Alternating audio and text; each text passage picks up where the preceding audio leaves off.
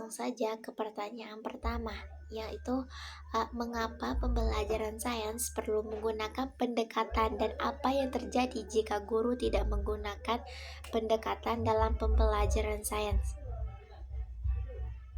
Pembelajaran sains perlu menggunakan pendekatan karena IPA tidak hanya menghafal materi, tapi juga melatih siswa memahami proses menemukan pengetahuan melalui pengamatan, percobaan, dan pemecahan masalah.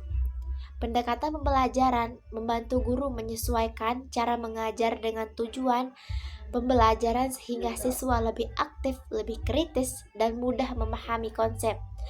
Dan jika guru tidak menggunakan pendekatan dalam pembelajaran sains, maka pembelajaran akan cenderung monoton. Siswa hanya menghafal teori, kurang aktif, sulit memahami konsep secara mendalam, dan kemampuan berpikir kritis secara keterampilan proses sains siswa tidak berkembang dengan baik. Yang kedua yaitu materi IPA mempunyai 4 karakteristik, yaitu pengetahuan faktual, prosedural, konseptual, dan metakognitif. Dari keempat karakteristik tersebut, manakah yang menurut saya paling sulit diukur dalam ujian tertulis? Dari 4 karakteristik materi IPA, yang paling sulit diukur dalam ujian tertulis adalah metakognitif. Metakognitif berkaitan dengan kemampuan siswa memahami cara berpikirnya sendiri, merencanakan strategi belajar, mengevaluasi hasil belajar, dan menyadari kesalahan yang dilakukan.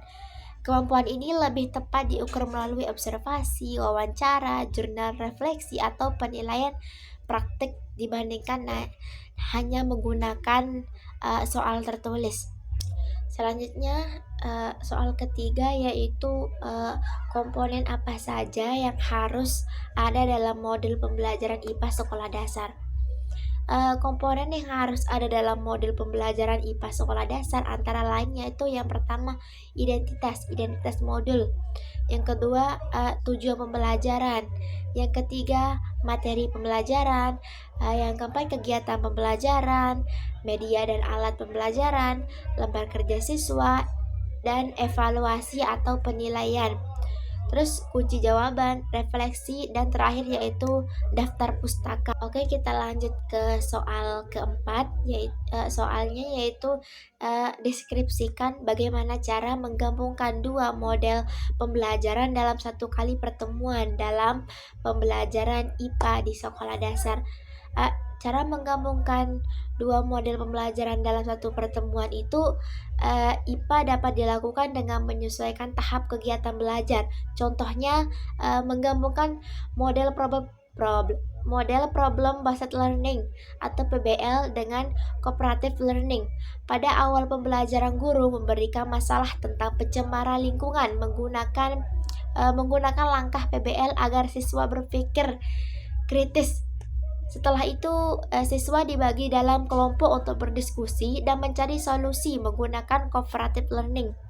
Jadi, satu model digunakan memunculkan masalah dan berpikir kritis, sedangkan model lainnya digunakan untuk kerjasama dan diskusi kelompok. Lanjut ke pertanyaan terakhir yang nomor 5, yaitu menurut saya, salah satu model pembelajaran yang paling efektif digunakan dalam pembelajaran IPA untuk mengembangkan kemampuan berpikir kritis siswa di sekolah dasar.